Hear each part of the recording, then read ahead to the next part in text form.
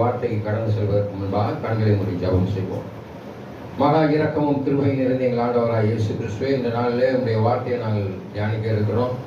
அடியானை மறைத்து பரிசுத்தாவினால் ஏவப்பட்டு பிரசங்கம் பண்ண இருக்கிற தேவ வார்த்தை முகநூல் மூலமாக, யூடியூப் மூலமாக பார்க்குற பிள்ளைகளுக்கு மாத்திரமல்ல, ஆலயத்துக்குள்ளாக அமர்ந்திருக்கிற பிள்ளைகள், ஆலயத்து வெளியிலே, இல்லங்களிலே, தெருவிலே நின்று கேட்டுக்கொள்கிற பிள்ளைகள் தேவ ராஜ்யத்தை சுதந்திரத்துக் கொள்ள ரட்சிக்கப்பட கிருபை செய்ய தகப்பனே.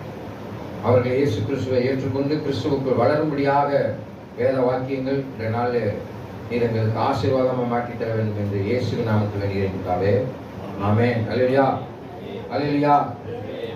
இந்த நாளிலே நாம் அவருடைய வார்த்தைக்கு கடந்து செல்ல இருக்கிறோம். கடந்த வாரத்தில் நம்ம எதை குறித்து தியானித்தோம், யாராவது சொல்ல முடியுமா? அல்லேலூயா, பிரைஸ் ஃபாதர். அப்போ நீங்கள் போய் உங்கள் வீடுகளில் வேதத்தை தொடர்ந்து வாசிக்கவில்லை என்று அர்த்தம். அல்லேலூயா, ஆமென். சரி, பரவாயில்ல. இந்த உலகத்தில் இயேசு கிறிஸ்து ஒரு தெய்வம் வந்தார் என்பதை அறிந்திருக்கிறோம். அல்லேலூயா. எதற்காக வந்தார் என்பதை நாம் அறிந்திருக்கிறோமா என்று பார்த்தால், மனுஷனுடைய பாவத்தை மன்னிக்கும்படியாக தான் பாஸ்டர் இயேசு இந்த உலகத்திற்கு வந்தார். எங்கள் பாவத்தெல்லாம் மன்னிச்சுட்டு அவர் பரலோகத்தை ஏறிட்டாரு. இனி நாங்கள் பாவம் செய்யாமல் இருந்தால் தான் பரலோகத்துக்கு போக முடியும் அப்படின்னு உங்களுக்கு தெரியும். ஆமென். இல்லை என்று சொல்லவில்லை. ஆனால் நீ பாவம் செய்யாமல் இருப்பதற்கு நீ எப்படிப்பட்டவனாக இருக்க வேண்டும்? வேதவசனம் சொல்லுது. யோவான் 3ஆம் அதிகாரம் 17ஆம் வசனத்தை வாசித்து பார்த்தீங்கன்னா அதுல சொல்லியிருக்குது. வாசித்து பாருங்க. யோவான் 3. பார்த்தீங்களா? கடவுள் உலகத்தை ஆக்கினைக்குள் தீர்க்க வராமல், தேவன் தன்னுடைய குமாரனை உலகத்தில் அனுப்பாமல் அவராலே உலகம் ரட்சிக்கப்படுவதற்காகவே அவர் அனுப்பினார். பாத்தீங்களா? அவராலே உலகம் ரட்சிக்கப்படுவதற்காகவே என்ன செஞ்சாரா? அவரை அனுப்பினார் என்று சொல்லியிருக்கு. அல்லேலூயா. யாரடா? இயேசு இந்த உலகத்திற்கு வந்தார். 3:16 சொல்லியிருப்பாருங்க. இயேசு அனுப்புவதனுடைய நோக்கம் அது. தேவன் தன்னுடைய ஒரே பேரான குமாரனை விசுவாசிக்கிறவன் எவனோ அவன் கெட்டு போகாமல் நித்திய ஜீவனை அடையும்படிக்கு அவரை தந்தருளி இவ்வளவாய் உலகத்தில் என்ன செஞ்சார்? அன்பு கொண்டார். பிதா அனுப்புவனுடைய நோக்கம் மனுஷன் ரட்சிக்கப்பட வேண்டும், அவன் ஒருத்தனும் கெட்டு போகக்கூடாதுன்றதுக்காகவே தான் இந்த உலகத்துல இயேசுவை அனுப்பினார். அல்லேலூயா. அநேக பேர் இந்த நாளில் கிறிஸ்தவங்க குழம்புறீங்க. இயேசு கிறிஸ்துக்கு மகன் ஒருத்தர் இருந்தாரா? அப்ப பிதா வேற இயேசு வேறையா அப்படின்னு நீங்க நினைக்கலாம். இல்லை. என்னை கண்டவன் பிதாவை காண்கிறான். அல்லேலூயா. பிதாவானவர் தெய்வம் மனிதனாக உலகத்திலே அவதரிக்கிறது. பிதாவானவர் தான் இயேசுவினுடைய உருவமாக இந்த உலகத்திற்கு வருகிறார். ஆமென். அல்லேலூயா. அதை நினைச்சுக்கோங்க. அவர் வேற இவர் வேற கிடையாது. அவர் தான் இவர். நான் அடிக்கடி உங்க இடத்துல சொல்லுவேன், பார்த்தீங்களா? தெய்வம் எனக்குள்ள இயேசு கிறிஸ்து இருக்குது, உங்களுக்குள்ள இயேசு கிறிஸ்து இருக்குது. எனக்குள்ள இயேசு கிறிஸ்து இருக்கிறது, உங்களுக்குள்ள எப்படி இருக்க முடியும்? ஒரு இயேசு தானே இருக்காரு நீங்க நினைக்கலாம். அப்படி அல்ல. எங்கும் வியாபித்து இருக்கிறார். He is magnum. அல்லேலூயா. தெய்வம் என்பது எல்லாருடைய உள்ளங்களிலும் எல்லாருடைய இருதயத்திலும் வாசம் பண்ணக்கூடியது. மகா பெரும் தெய்வம். அதனாலதான் மேல இருக்க பிதாவானவர் இயேசுவாக அவதரித்து இந்த பூமிக்கு வருகிறார். ஆமென். ஆமென் சொல்லுங்க. அல்லேலூயா. அது இவ்வளவு பெரிய ஆசீர்வாதம். பிதாவானவரே இயேசுவாக இங்க வருகிறார். ஆமென். அல்லேலூயா. அவர் வருகிற நோக்கம் இந்த உலகத்துல ஒருத்தன் கெட்டு போகக்கூடாது. கெட்டு போகாம இருக்கணும்னா எப்படி இருக்கணும்? ரட்சிக்கப்பட்டவனா இருக்கணும். ரட்சிப்பின் நிச்சயத்தை பெற்றவன் தான் போக முடியும். நல்லவனா இருப்பான். இந்து சகோதரர் இருக்கிறாங்க, நல்லது செய்யறாங்க, எல்லாமே செய்யறாங்க. ஆனால் ரட்சிப்பு என்னும் ஒரு வார்த்தை இருக்குது. நீ ரட்சிக்கப்பட்டிருக்கிறியா? அல்லேலூயா. இயேசு கிறிஸ்துவை யாரெல்லாம் சொந்த ரட்சகராக ஏற்றுக்கொள்கிறார்களோ அவர்கள் தேவனுடைய புத்திரர் என்று அழைக்கப்படுகிறது. தேவ பிள்ளையா இருக்கணும். எப்படி இருக்கணும்? அவரை போல இருக்கணும். இயேசுவை போல இருக்கணும். நான் பரிசுத்தரா இருக்கிறதை போல நீங்களும் பரிசுத்தமா இருக்கணும். அப்பதான் தேவ பிள்ளையா இருக்க முடியும். அல்லேலூயா. நான் சொல்லுவேன், உங்களை தாயை போல பிள்ளை, நூலை போல சேலம். அல்லது அவங்க பிள்ளைகிட்ட கேளுங்க, நீ யார் மாதிரி செய்யுங்க. அவங்க பிள்ளைய பார்த்தா சில பேர் பிள்ளைகளை பாருங்க, அவங்க அப்பா மாதிரி செய்யும், அவங்க அப்பா மாதிரி நடக்கும், அப்பா மாதிரி பேசும். அப்ப ரோல் மாடல் யாரு? அல்லையா? ரோல் மாடல் யாரு? அப்பா. அப்ப நம்ம எப்படி இருக்குமோ அப்படித்தான் நம்ம பிள்ளைகள் இருக்கும். அல்லையா? அப்ப நம்மளுக்கு ரோல் மாடல் யார்? அதான் ஆண்டவருடைய வசனம் சொல்லுது, நான் உங்களுக்கு ஒரு முன்மாதிரியை வைத்தேன். அந்த முன்மாதிரி என்ன? நானே வழியாக இருக்கிறேன், சத்தியமாக இருக்கிறேன், ஜீவனாக இருக்கிறேன் என்று சொல்லியிருக்கிறார். இயேசு கிறிஸ்து உங்களுக்கு நல்ல வழியை காமிக்கக்கூடியவராக இருக்கிறார். ஆமென். நல்ல வழியை தானே காமிப்பார், தீமையான வழியாக காமிப்பாரு. ஆமென். அல்லையா? சில பேர் பார்த்துருக்கீங்களா, நம்ம ஏடிஎம் போவோம். ஏடிஎம் போகும்போது நம்ம சொல்லுவோம் அது வேலை வாக்கில் பணம் வரலன்னு இருக்கும். இருந்தாலும் நம்மளை நம்பவே மாட்டேன். வேணுங்களே தீர்ப்பு கொண்டு என்ன செய்வான், நுழைச்சு பார்ப்பேன். அப்படி இருக்கவங்கள அந்த மாதிரி தான் இன்றைய நாளில் கிறிஸ்துவருடைய வாழ்க்கை இருக்கிறது. நம்பிக்கையற்றவர்களாய், விசுவாசமற்றவர்களாய். ஆமென். இயேசு கிறிஸ்து என் வாழ்க்கை சுகத்தை கொடுப்பார் என்று விசுவாசிக்கணும். அல்லையா? அதான் வேதவசனம் சொல்லுது. என்ன சொல்லியிருக்கு? நீதிமொழிகள் 23:18 என்று நினைக்கிறேன். வாசிக்க 23:18. ஆமா, நிச்சயமாகவே முடிவு உண்டு, உன் நம்பிக்கை வீண் போகாது. நீதிமொழிகள் 23 நிச்சயமாகவே முடிவு உண்டு, உன் நம்பிக்கை வீண் போகாது. உன் நம்பிக்கை வீண் போகாது. அப்ப நிச்சயமாகவே நம்முடைய வாழ்க்கையில ஒரு முடிவு இருக்கு. இயேசு கிறிஸ்து இந்த உலகத்திற்கு என்ன நோக்கத்திற்காக உன்னை அனுப்பினார் என்று ஆண்டவருக்காக யோசிச்சு பார்த்துருக்கீங்களா? என்னத்தையோ வந்தோம், போனோம், தின்னோம், சாப்பிட்டோம், வேலை பார்த்தோம். அல்லையா? சுதந்திரம் வயசாயிடுச்சு, அவ்வளோதான் செத்து போயிடுவான் அப்படின்னு நினைக்கணும். எதுக்காக உனக்கு இந்த உலகத்தில் அனுப்பிச்சார்? இயேசு கிறிஸ்து நன்மை செய்த மனிதனாய் சுற்றி திரிந்தார். அதுல என்ன செஞ்சாரு? He did the social work. அவர் ஒன்னும் சொல்லல. என்ன சொன்னாரு? மனம் திரும்புங்க, அப்படி இருங்க, ஒழுக்கமா இருங்க அப்படின்னு சொல்றது மாத்திரம் இல்ல, குருடரின் கண்களை திறந்தார், முடவர்களை நடக்க செய்தார். பசியா இருந்தவனுக்கு இத்தனை பேர் உட்கார்ந்து பிரசங்கம் பண்ணிக்கிட்டு இருந்தாங்க. எல்லாத்துக்கும் என்ன செஞ்சார்? மலை பிரசங்கத்தை ஆகாரம் கொடுத்தாரு. அல்லையா? அற்புதம் செஞ்சாரு. அல்லையா? Mission work. இன்னைக்கு மிஷன் ஒர்க் சபைகள் நடக்குதோ இல்லையா தெரியல. ஆமென். அல்லையா? மனுஷன் முதல்ல பசியில வந்தாதாங்க அவன் பசியை ஆத்தணும்வாங்க. பார்த்துருக்கீங்களா? அந்த கிராமங்கள்ல பார்த்தீங்கன்னா வீட்டுக்கு போகணும், அம்மா அவனை முகத்தை பார்த்தோன்னே எப்பா முதல்ல சாப்பிடு சொல்றாங்களா இல்லையா? வந்தவங்களுக்கு ஒரு தனியை கொடுக்கணும். எல்லாரும் ஏன் செய்யணும்? மனம் குளிரும்படியாக, வயிறு குளிரும்படியாக தேவைகளை சந்திக்கணும். ஆமென். இல்லையா? அப்பதான் அவன் காது விட்டு கேட்பான். அவன் தேவை என்னன்றதை நீங்கள் அறிந்து கொள்ள வேண்டும். இயேசு கிறிஸ்து அறிந்து கொண்டார். அல்லையா? 38 வருஷமா படுத்து கிடந்தான். அந்த தேவதூதர்கள் வருஷத்துல ஒரு தடவை அந்த குளத்தை கலக்குவார்கள். அவனா எந்திரிச்சு போறதுக்கான முயற்சி, யாராவது நம்மளை தூக்கி விடுவானா, யாராவது தூக்கி விடுவான்னு 38 வருஷமா இருந்தான். இயேசு கிறிஸ்து வந்தாரு, பார்த்தாரு, அவனிடத்துல விசுவாசத்தை உண்டு பண்ணினார். உன் படுக்கை எடுத்துக்கொண்டு நட. அந்த விசுவாசம் உங்களுக்குள்ள இருக்கணும். அதான் ரட்சிப்பு, அதான் மனமாற்றம். வேதவசனம் சொல்லுவாங்க, ரட்சிப்பின் நிச்சயத்தை உடையவர்களாக இருக்கணும். நான் ரட்சிக்கப்பட்டேன்னு சொன்னால் மாத்திரம் போதாது, நீ ரட்சிக்கப்பட்டிருப்பதனுடைய நோக்கம், ரட்சிப்பின் நிச்சயத்தை நீ பெற்றிருக்கிறாயா? எப்படி பெற்றிருக்க முடியும்?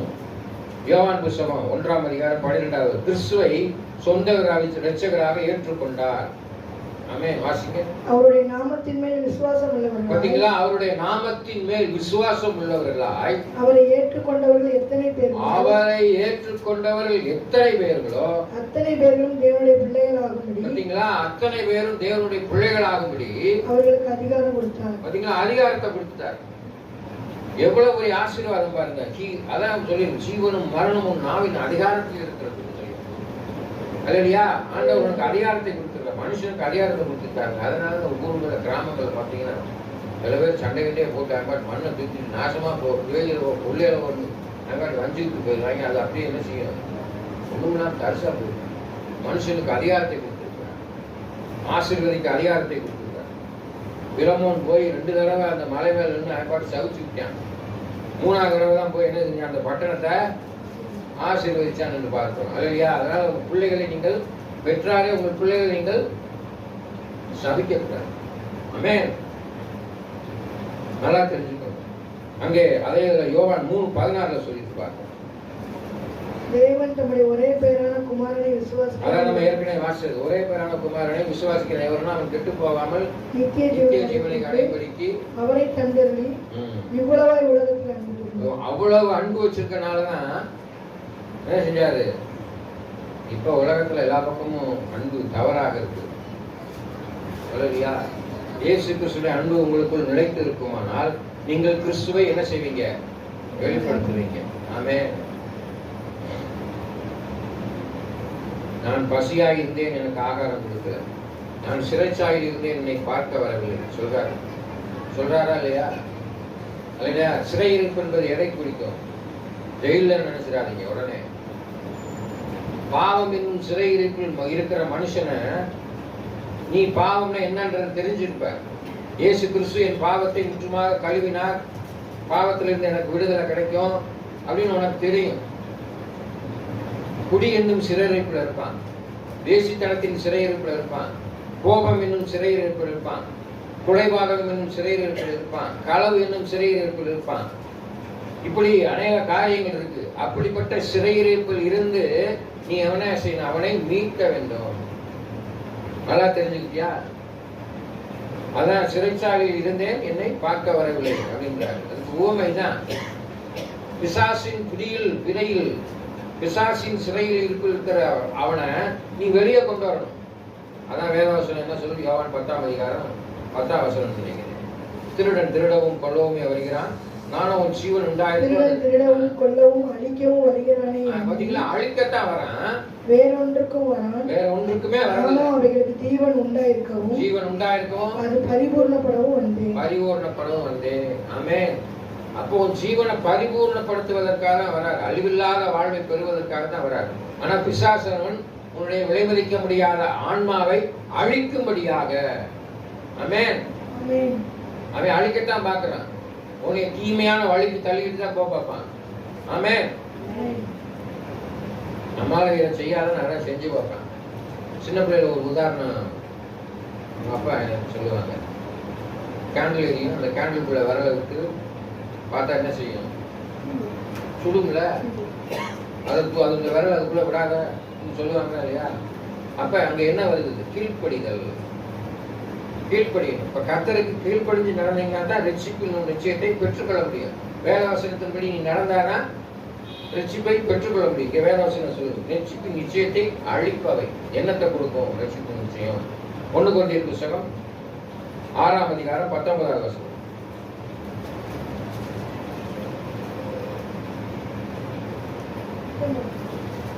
உங்கள் சரீரமானது நீங்கள் தேவனாலே பெற்றும் உங்களில் தங்கியும் இருக்கிற பரிசுத்த ஆவியினுடைய ஆலயமாய் இருக்கிறது. பாத்தீங்களா? உங்களில் தங்கியும் இருக்கிற பரிசுத்த ஆவியினுடைய ஆலயமாய் இருக்கிறது. நீங்கள் உங்களுடையவர்கள் அல்லவென்று அறியீர்களா? நீங்கள் உங்களுடையவைகள் அல்ல என்பதை அறிகிறீர்களா? நீங்க உங்களுடையவங்க இல்ல. நீங்க யாருடையவர்கள்? தேவனுடைய பிள்ளைகள். உங்க ஆலயம் பரிசுத்தமானது என்பதை நீங்க தெரிஞ்சிருக்கிறீங்களா? இன்னைக்கு ஆலயத்தை பரிசுத்தமான ஆலயத்தை நீங்க என்ன செய்றீங்க? மாசுபடுத்துறீங்க.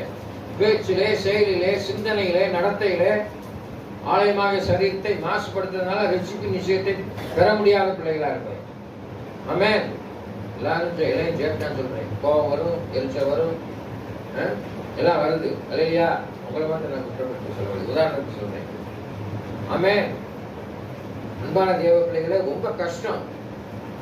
ஆனால் இயேசு கிறிஸ்து உங்களுக்குள் இருப்பானால் ஈஸியாக ரட்சிப்பு நிச்சயத்தை பெற்றுக்கொள்ளும். அதுக்கு உங்களுக்கு உதவியாக இருப்பவர் யாரு? பரிசுத்த ஆவியானவர். அவர் தான் அந்த பரமேறும் போது சொல்றாரு, நான் உங்களுக்கு ஒரு பரிசுத்த ஆவியை விட்டு போறேன்னு சொன்னாரு. தேற்றவாளனை விட்டு செல்கிறேன். அந்த தேற்றவாளன் என்னவா இருப்பார்? உங்களுக்கு அறிவாக, எண்ணமாக, செயலாக, சிந்தனையாக நல்வழிப்படுத்தக்கூடிய நண்பனாக இருந்து என்ன செய்வார்? உங்களை வழி நடத்துவார். பரிசுத்த ஆவியானவர் தான் உங்களை வழி நடத்தணும். இங்க எங்க பரிசுத்த ஆவியாருக்கு இடம் கொடுக்குறோம்? உங்களுக்குள்ள எப்படிப்பட்ட ஆவி இருக்கிறது என்பதற்கு சிந்தித்து பாருங்க. ரட்சிப்பை பெற்ற பிள்ளைகளா இருப்பீர்களானால், இயேசு உங்களுக்குள் இருப்பாரானால், பரிசுத்த ஆவி உங்களுக்கு என்னது? பரிசுத்தம். சுத்தம் என்பது எதை குறிக்கிறது? சுத்தம் என்பது எதை குறிக்கும்? கிளீனினஸ், வெண்மையை குறிக்கும். சுத்தம் என்பது எதை குறிக்கும்? வெண்மையை கொடுக்கும். அல்லையா? அதனாலதான் உனக்கு வெண்ணானை தணிக்க கொடுத்து சொல்லியிருக்கார். அல்லையா? கருப்பானை தணிக்க கொடுங்க சொல்லியிருக்கார். கருப்பு எதை குறிக்குது? கருப்பு டார்க்னஸ், இருள். வெளிச்சம் வெள்ளையா இருக்கா இல்லையா? ஆமென். உங்களுடைய இருதயம் எப்படிப்பட்டதா இருக்கிறது? இப்படிப்பட்ட ஆவியை பெற்ற பிள்ளைகளாக இருக்கிறீங்க. அதுதான் உங்களை வழி நடக்கும். அங்க வேத வசனத்தை வாசி பாருங்க. அங்கே சொல்லுது யோவான் புஸ்தகம் 5ஆம் அதிகாரம் 34வது வசனம். 5:34. நான் ஏற்றுக்கொள்கிற சாட்சி மனுஷனுடைய சாட்சி அல்ல. பாத்தீங்களா? யாருடைய சாட்சி அல்ல? மனுஷனுடைய சாட்சி இல்ல, ஆம்ஸ்ட்ராங்குடைய சாட்சி இல்ல, இங்க உட்கார்ந்து இருக்கிற ஒவ்வொரு தேவர்களுடைய சாட்சி அல்ல. யாருடைய சாட்சி? நீங்கள் ரட்சிக்கப்படுவதற்காகவே இதை சொல்கிறேன். நீங்கள் ரட்சிக்கப்படுவதற்காகவே இதை சொல்கிறேன். யாருடைய சாட்சி? இயேசு கிறிஸ்து உனக்காக சிலுவையிலே மரித்தார் என்பது சாட்சி. இயேசு கிறிஸ்து உனக்காக உயிர் தெழுந்தார் என்பது சாட்சி. இயேசு கிறிஸ்து உனக்காக சிலுவையிலே ஆணிகள் கடாவப்பட்டது என்பது ஒரு சாட்சி. முள்முடி சூட்டினார் என்பது ஒரு சாட்சி. ஆமென். விழாவில் உனக்காக குத்துவானாங்க ஒரு சாட்சி. சாட்டையால் அடிக்கப்பட்டார் என்பது ஒரு சாட்சி. காரி உமிழ்ந்தார் என்பது ஒரு சாட்சி. ஆமென். கொட்டப்பட்டார் என்பது ஒரு சாட்சி. நிர்வாணமாக்கப்பட்டார் என்பது ஒரு சாட்சி. ஆமென். ஒவ்வொருக்கும் ஒரு விளக்கம் இருக்கு. உனக்காக எல்லா வேதனையும் தாங்கி கொண்டார். நீ தாங்கிக்குவியா? உனக்காக எல்லாத்தையும் தாங்கிக்கிட்டார். ஆமென். எதற்காக அவமானப்பட்டார்? நீ ரட்சிக்கப்படணும், நீ பரலோகத்துக்கு போகணும், நிர்வாணமாக்கப்பட்டார். ஆமென். கடைசியில் அழகாக ஒரு வார்த்தை சொல்றார். பிதாவே, தாங்கள் செய்வது இன்னதென்று அறியாது இருக்கிறார்கள், இவர்களை மன்னியும். அவ்வளவு கொடுமைப்படுத்தியும் நீங்க சொல்லுவீங்களா? உங்களை செருப்பாளர் அப்போ என்ன செய்வீங்க? ஆத்தாட்டி அவனை போட்டு அமைக்கி கீழே மிதிச்சு செஞ்சிருமா இல்லையா? அல்லையா? இயேசுவை போல யார் பொறுமையா இருக்காங்களோ அவங்க தான் ஜெயிக்க முடியும். பொறுமை கடலிலும் பெரிதுன்றான். ஆமே. இங்க நம்மளால ஒருத்தருக்கு பொறுமையே கிடையாது. எரிச்சலை நாவி வந்து டக்குன்னு, இல்லையா? உண்மையா இல்லையா? இயேசுவை திட்டுனாங்க. நீ தேவகுமாரனா இருப்பாயானால் மேல இருந்து கீழாயா வைப்போம் அப்படின்ட்டாங்க. எவ்வளவு லந்து பார்த்தீங்களா? சிலுவையில அடிச்சு சப்புன்னு ஒட்டி வச்சிருக்கு. அவரை கீழே இறங்கிவான்னு சொன்னப்ப அவர் என்ன செஞ்சார்? பொறுமையா இருந்தார், அமைதியா இருந்தார். ஒரு நிமிஷம் தெய்வம் நினைச்சாரு டக்குன்னு இறங்கிடலாம்ல, ஆனா செய்யல. அந்த தேவனாம மயக்கப்படாம போயிடும். அதனாலதான் அவர் இறங்கல. அங்கே இருந்து அந்த வார்த்தையை சொல்றார். பிதாவே, தாங்கள் செய்வது, பேசுவது, செயல்படுவது எல்லாம் இவங்க அறியாம இருக்கிறாங்க. அதனால தயவு செய்து இவங்களை மன்னிச்சிருங்க, தண்டிச்சிடாதீங்க. உங்க வாழ்க்கையில உங்களுக்கு விரோதமா பேசுகிறவர்களை, செய்பவர்களை உங்களுக்கு விரோதமா நிறைய செய்வாங்க. ஊழியக்காரன் நம்மளுக்கு விரோதமா செய்வாங்க. அல்லேலூயா. அதனால அவர்கள் மன்னிச்சிட்டோம்னு வச்சுக்கோங்க. அந்த மாதிரி ஒரு பெரிய பனிஷ்மெண்ட் எதுவுமே கிடையாது. மன்னிச்சுட்டு என்ன செஞ்சிருங்க? திருப்பி அவங்களோட தொடர்பு வச்சுக்க கூடாது, அகன்று போயிடணும். தாங்கள் செய்வது இன்னதென்று அறியாதற்கு ஒரு மன்னிங்கன்ட்டு அவர் அங்கனே வந்தார், போயிட்டு அவர் மேல வச்சார். அவர் நீங்கள் பிறருடைய தப்பிதங்களை மன்னியாது இருந்தால் பரமபிதா உங்கள் தப்பிதங்களை மன்னிக்க மாட்டார். மன்னிச்சுட்டு விட்டுருங்க. அத மாதிரி ஒரு பனிஷ்மெண்ட் அவங்களுக்கு கிடையவே கிடையாது. நீ போய் அவனை அடிக்கிறதுனாலயோ, அவனை பேசுறதுனாலயோ, அவனுக்கு விரோதமா செய்யறதுனாலயோ நீதான் என்ன செய்ய ரட்சிப்பு நிச்சயத்தை பெற முடியாதபடி பின்மாற்றம் அடைந்து விடுங்க. ஆமே.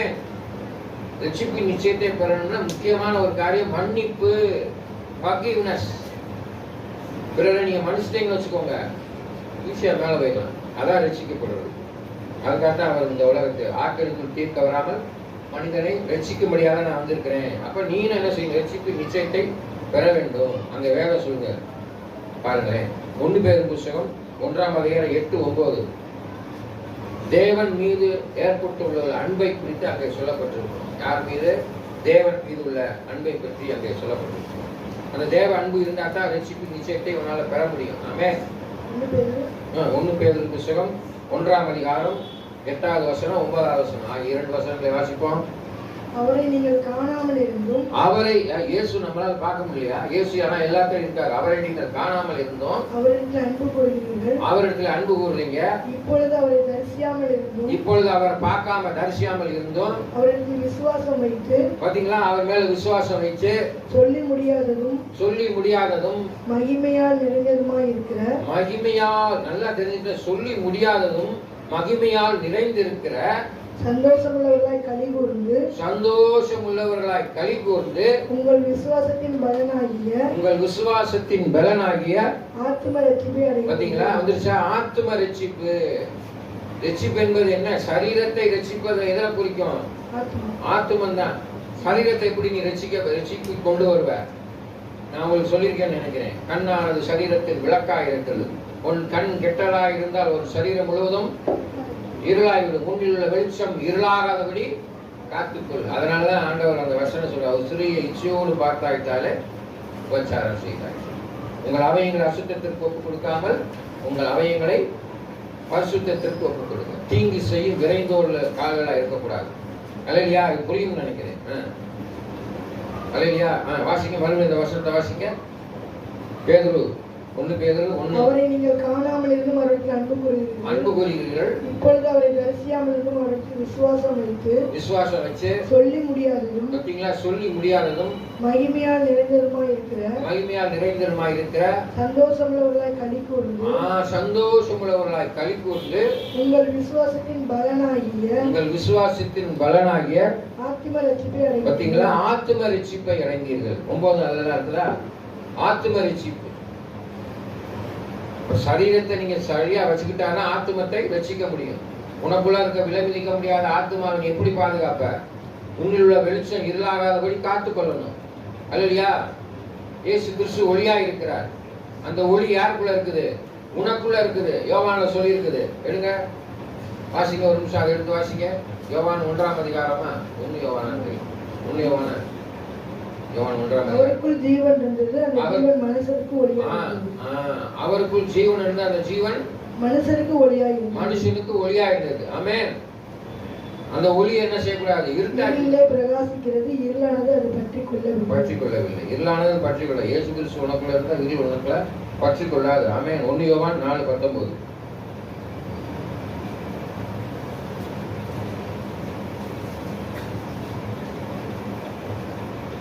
அவர் முந்தி நம்மிடத்தில் அன்பு கூர்ந்தபடியால் நாமும் அவரிடத்தில் அன்பு கூறுகிறோம். ஆமென். அப்ப அன்புதான் அங்க எல்லாத்தையும் என்ன செய்யுது? தாங்குது, சகிக்குது. எங்க அன்பே கிடையாது. ஆமென். அன்பு தனிந்து போயிடுச்சு இந்த உலகத்துல. அல்லேலூயா. உண்மையாலையா? இயேசு கிறிஸ்து அன்பை கொண்டவரா? தேவ சமாதானம் மீது உள்ள ஆர்வம். உனக்கு சமாதானம் இருக்கணும்னா தேவ சமாதானம் உனக்குள்ள இருக்கணும். சங்கீத புத்தகத்துல சொல்லி 119 சங்கீதம் 47, 72, 94 ஆகிய 3 வசனங்களை வாசிக்க. சங்கீதம் 119 இருக்கிறதுல பெரிய சங்கீதம். நான் பிரியப்படுகிற ஒரு கற்பனையின் பேரில் மனமகிழ்ச்சியா இருப்பேன். 72 வாசிங்க. அநேகமாயிரம் பொன் வெள்ளியை பார்க்கிறோம். பாத்தீங்களா, அநேகமாயிரம் பொன் வெள்ளியை பார்க்கிறோம். நீர் விளம்பின வேதமே எனக்கு நலம். பாத்தீங்களா, நீர் விளம்பிய வேதமே நலம். இன்னைக்கு பைபிளை தூக்கிட்டு வர்றதுக்கு நம்மளுக்கு வலிக்குது. வேத புஸ்தகத்தை வாசிக்கிறதுக்கு வலிக்குது. வேத புஸ்தகத்தை சத்தியத்தை அறிவீர்கள், சத்தியம் உங்களை விடுதலையாக்கும். இயேசு உன்னை சுமந்தார் ஐயா. நீ வேதத்தை சுமக்கிறதுக்கு இன்னைக்கு நம்ம வெட்கப்படுறோம். If you are a Christian, you have to carry the Bible. Amen. வேத புஸ்தகத்தை சும. வேத வார்த்தையை உனக்கு இருதயத்துக்குள்ள வைத்துக்கொள். அப்பதான் அது நிலைத்து நிற்கும். 97 வாசிங்க.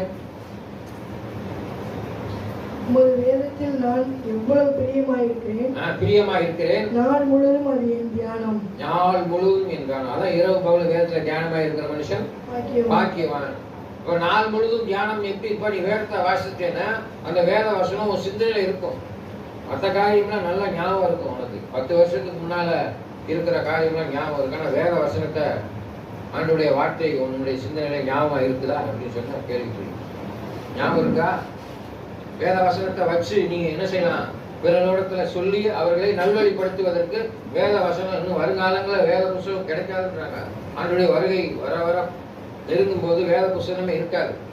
அதனால நீங்க என்ன செய்யணும்? வேத வசனத்தை நல்லா வாசித்து தியானித்து உங்களை நீங்க ஆயத்தமா வச்சுக்கிட்டா தான் அடுத்தவங்களுக்கு சொல்ல முடியும். பைபிளை பத்தி சொல்ல முடியும். இல்லைன்னா சொல்ல முடியாது. ஆமென். 1 யோவான் 3:14 பாருங்க. 1 யோவான் 3:14 வாசிப்பார். 1 யோவான் 3:14 வாசிக்கலாம்.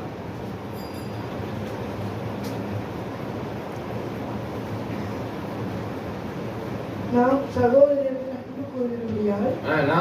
அன்பு கூறுகிறபடியால் மரணத்தை விட்டு நீங்கி ஜீவனுக்குட்பட்டிருப்போம் என்று அறிந்திருக்கிறோம். சகோதரத்தில் அன்பு கூறாதவன் மரணத்திலே நிலை கொண்டிருக்கிறான். மரணத்திலே நிலை கொண்டிருக்கிறான். அல்லையா, உன் சொந்த சகோதரத்தை அன்பு கூறாத காணாத ஆண்டவரை நீ எப்படி அன்பு கூற முடியும்? ஆமென். என்னங்க ஆமென் சொல்லுங்க, அல்லேலூயா சொல்லுங்க. ஆமென், அல்லேலூயா. நிறைய பேருக்கு தூக்கம் வருது போல. பிரைஸ் ஃபாதர், அல்லேலூயா. அப்ப நீங்க நேசிக்கணும். இயேசு கிறிஸ்து சகோதரர் ஒருமித்து வாசம் செய்வது எவ்வளவு இன்பமா இருக்கிறது. கூட பிறந்த தம்பி வந்து ஒரு அடி கூட எடுத்தாங்க, நாசமா போல ஒரு அடியை கூட பரப்பு தள்ளி போட்டாங்க. வயிறம் ஆமென். போயிட்டு போறேன், வச்சுட்டு போறேன், பெருந்தன்மையா இருந்தோம்னு வச்சுக்கோங்க. அதனால என்ன ஆகிட போகுது? அந்த ஒரு அடியை தூக்கிட்டு மேலே வந்துடுவானே, வரவே முடியாது. ஆனா நீங்க என்ன செய்யலாம்? அவன் உங்களுடைய ஒரு அடியை எடுத்துட்டா அவன் மேல வர முடியாது. உங்களுடைய ஒரு அடியை விட்டு கொடுத்துட்டீங்கன்னா நீங்க மேல போயிடலாம். மேல போக முக்கியமா, ஒரு அடி முக்கியமா? மேல போறதான் முக்கியம். ஆமென், அல்லேலூயா. இறுதியாக ரட்சிப்பின் நிச்சயத்தை பெறுவதற்கு என்ன செய்ய வேண்டும் பார்த்தீங்களா? தேவனுக்கு கீழ்ப்படிய வேண்டும் என்ற வாஞ்சை இருந்தா தான் நீங்க ரட்சிப்பின் நிச்சயத்தை பெற முடியும். தேவனுக்கு கீழ்ப்படியலைன்னா நீங்க ரட்சிப்பின் நிச்சயத்தை பெறவே முடியாது. அந்த வாஞ்சை உனக்குள்ள இருக்கணும். கீழ்ப்படியாமையில தான் பாவம் நம்மளை பின்பற்றி வந்தது. தோட்டத்தின் நடுவே இருக்கிற கனியை நீ புசிக்க கூடாது, மற்ற கனியெல்லாம் நீ புசிக்கலாம்னு சொல்லிட்டு போயிட்டாரு. கீழ்ப்படியாமையினால ஏவாள் என்ன செஞ்சா? பிசாசு ஏவாளை வஞ்சித்தது. அல்லையா, பாவத்துக்குள்ளாக விழுந்தார்கள். அது அப்படியே தொடர்ந்து வந்து இறுதி ஆதாமியாகிய இயேசு கிறிஸ்து என்ன செஞ்சாரு? கடைசி ஆதாம் குற்ற நிவாரண பலியாக தன்னைத்தானே சிலுவையில் ஒப்பு கொடுத்து உன்னை என்னை மீட்டெடுத்திருக்கிறார். அப்ப உன்னுடைய வாஞ்சை எப்படி இருக்கணும்? ரட்சிப்பின் நிச்சயத்தை பெற்ற முடிஞ்சாதான். 3:17 சொல்லியிருக்கியா? யோவான் 3:17 ஆக்கணிக்குள் தூர்க்க வராமல் ரட்சிக்கும்படியாக. அப்ப ரட்சிப்பு இல்லாம எவனும் தேவராஜ்யத்தை சுதந்திரித்துக் கொள்ள முடியாது. நீ நல்லவனா இல்லாம போகவே முடியாது, பரிசுத்தம் இல்லாமல் போக முடியாது. ரட்சிப்புன்னு நிறைய கனெக்ட் பண்ணும். ஆனா ஒரே வார்த்தை, நீ ரட்சிக்கப்பட்டிருக்கீங்களா கேட்கறாங்களா இல்லையா? இயேசு கிறிஸ்து ஏற்றுக்கொண்டிருக்கீங்க, நீங்க ரட்சிக்கப்பட்டிருக்கீங்களா? ஆமென். அந்நிய பாஷை பேசுறீங்க, எல்லாம் பேசுறீங்க, ரட்சிக்கப்பட்டிருக்கீங்களா? அந்நிய பாஷை அழிஞ்சு போயிடும், எல்லாம் அழிஞ்சு போயிடும். இயேசு கிறிஸ்துவின் அன்பு அழியவே அழியாது. அதான் ராஜரீக பிரமாணமாகிய உன்னை போல் பிறனை நேசி. ஆவியின் கனிய 9. அதுல பிரதானமானது என்னது? அன்பு. அன்பு சகலத்தையும் தாங்கும், சகிக்கும். ஆமென். விசுவாசிக்கும், எல்லாத்தையும் செய்யும். அன்பு. இது எல்லாமே என்ன அர்த்தம்? இயேசு கிறிஸ்து அன்பு இருந்துச்சுன்னா கீழ்ப்படிஞ்சிருக்கீங்க. அல்லேலூயா. வாசிங்க பாப்போம். இறுதியாக 1 யோவான் 2:3 தேவனுக்கு கீழ்ப்படிய வேண்டும் என்ற நிச்சயம் இருந்தால் தான் நீ ரட்சிக்கப்பட முடியும். அவருடைய கற்பனைகளை நாம் கை கொள்ளுகிறவர்களானால் அவரை அறிந்திருக்கிறோம் என்பதை அதனால் அறிவோம். அவருடைய கற்பனைகளை கை கொள்வோமானால், அப்ப நடைமுறைப்படுத்தணும் அவருடைய கற்பனைய. என்ன சொல்லியிருக்காரு? நான் வழியா இருக்கிறேன். உன் வழி எப்படிப்பட்ட வழியா இருக்குது? நீ நல்ல வழியை தெரிஞ்சிருக்கியா, தீமையான வழியை தெரிஞ்சிருக்கியா? அல்லையா, உன்னை போல் பிறன் நேசிக்கிறியா? 2 சட்டை இருந்தா ஒரு சட்டையை கொடு சொல்றாரா இல்லையா? ஆமென். அன்பான தேவ பிள்ளைகளே, கொடுங்கள் அப்பொழுது உங்களுக்கு கொடுக்கப்படும். அப்புறம் நீங்க என்ன இப்படி சொல்றீங்க? காணிக்கை நினைச்சிடாதீங்க. உங்களை கொடுக்கணும் ஆண்டவருக்கு முதல்ல, அப்பதான் உங்க காணிக்கை அங்கீகரிப்பாரு. தசமபாகம் இல்லையா? நீங்க என்ன சொல்றாரு தெரியுமா? 10ல் 1 பங்கு தசமபாகம் சொல்லிட்டு அது கிடையாது. 2 இருந்தா ஒன்னா கொடுன்றாரு. எத்தனை இருந்தா? அப்ப எத்தனை பெர்சன்டேஜ்? 50% கொடுக்கணும்யா. ஆமென். என்ன பாசு, நாங்க வாங்குற 10,000 சம்பளத்தை 5,000 கொடுங்க. அப்படி இல்லைங்க, உங்களை தாங்க சொல்றாங்க. அல்லேலூயா. மனம் முகர்ந்து கொடுக்க வேண்டும். நீ கொடுத்தது எதை கொடுக்கணுமா? மனம் முகர்ந்து கொடுக்கணும். ஆமென். நீ 10,000 ரூபாய் சம்பளம் வாங்கிட்டு 13,000 ரூபாய் செலவழிச்சுன்னா அது முட்டாள்தனம். உண்மையா இல்லையா? 10,000 ரூபாய் சம்பளத்துக்குள்ள ஏமே வந்து சிக்கனமா ஓட்டானா அது புத்திசாலி. ஆமென். அதிகப்படிய செலவான கடனாளி. கடன் வாங்குவதும் கடன் கொடுப்பதும் பாவம். அல்லேலூயா. அதான் வேதவசனம் சொல்லியிருக்கு. நீயோ கடன் வாங்காது இருப்பாயாக, அநேக ஜனங்களுக்கு கடன் கொடுப்பாயாக. நீ கொடுக்கக்கூடியவனா கடனை கொடுத்துட்டு என்ன செய்யணும்? திருப்பி கேட்க போறேன். அவனால முடியுதானே விட்டுற முடியும். பேர் பண்ணினா உன்னால முடிஞ்சிட உதவியை செய்யும். ஆமென். கடன் வாங்கிட்டீங்கன்னா என்ன ஆயிடுறீங்க? கடன் வாங்கினவனுக்கு அடிமையாயிடும். அவன் என்ன செய்வான்? அவனை குண்டாக்க வைவான்.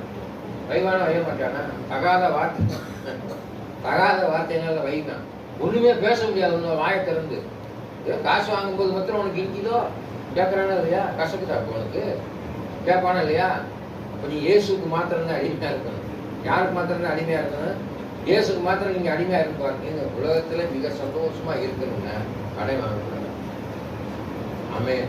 அதனால கடன் வாங்குறவங்களுக்காக நம்ம நல்லா ஜோம் இல்லையா? அவன் கடன்ல இருந்து விடுதலை பெற வேண்டும். சூழ்நிலைகள் மாறிடு இல்லையா? அன்பான தேவ பிள்ளைகளே, நம்முடைய வாழ்க்கையில எதை நிச்சயமா பெற்றிருக்கணும்? கடைசியா சொன்னேன் பாருங்க. 1 யோவான் 2:3 வாசிங்க. மறுபடியும் வாசிங்க. அவருடைய கற்பனைகளை நாம் கைக்கொள்கிறோமானால் அவரை அறிந்திருக்கிறோம் என்பதை அதனால் அறிவோம். அவரை அறிந்திருக்கிறோம் என்பதை அதனால் அறிவோம். இயேசுவை அறிந்திருக்கிற, ரட்சிப்பின் நிச்சயத்தை பெற்றிருக்கிற அப்படின்னா அவருடைய கற்பனைகளை கைக்கொள்வோம். எப்படி சொல்ல முடியும்? உன்னால முடியாது இல்ல. தேவனால் கூடாத காரியம் ஒன்றுமில்லை. நான் உன்னை விட்டு விலகுவதும் இல்லை, நான் உன்னை கைவிடுவதும் இல்லை. அவர் உன்னோட தான் இருக்கார். உன்னை விட்டு விலகி போகவே இல்லை. ஆனா நீ தான் என்ன செய்யற? அவர் பிடிக்க விட்டு ஓடி போயிரு. ஆமென். அல்லேலூயா. பொல்லாப்பு உனக்கு நேரிடாது, வாதை உன் கூட அணுகாது வசனம் இருக்கு. ஆமென். உனக்கு விரோதமாய் உருவாக்கப்படும் எந்த ஆயுதம் வாய்க்காதே போகும். விசுவாசி.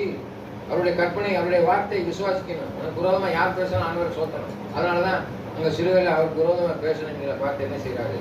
இதாவே தாங்கள் செய்வது இன்னது அறியாது இருக்கிறார்கள், மன்னிங்க.